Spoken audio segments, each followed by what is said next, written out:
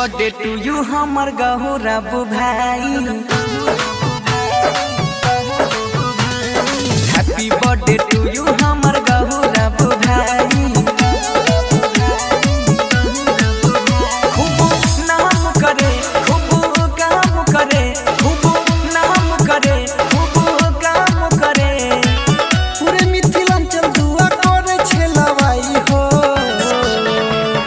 Happy birthday two you हमर गौरव भाई हो।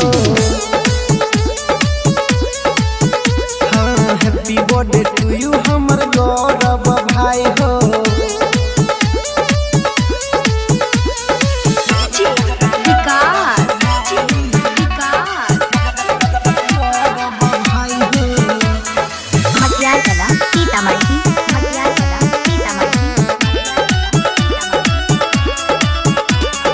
करे छिया कमन जियो 1000 साल, हरदम फूल जैसे रह खुशहाल।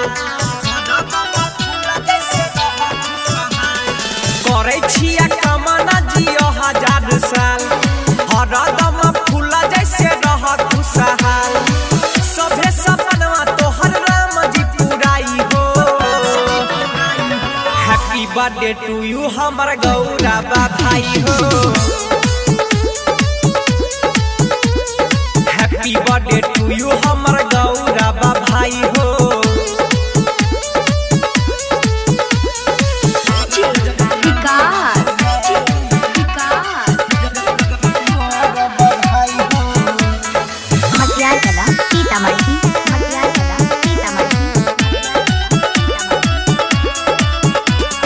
जनता के सब दिन मिले तोरा प्यार, बढ़त रहो हमर Maithili star. Happy birthday Gaurav ji. जनता के सब दिन मिले तोरा प्यार, बनल रहो अहिना मैथिली स्टार। पूरा मिथिलांचल दुआ करे छल आई हो। हैप्पी बर्थडे टू यू हमर गौरव भाई हो। हैप्पी बर्थडे टू यू हमर गौरव भाई हो।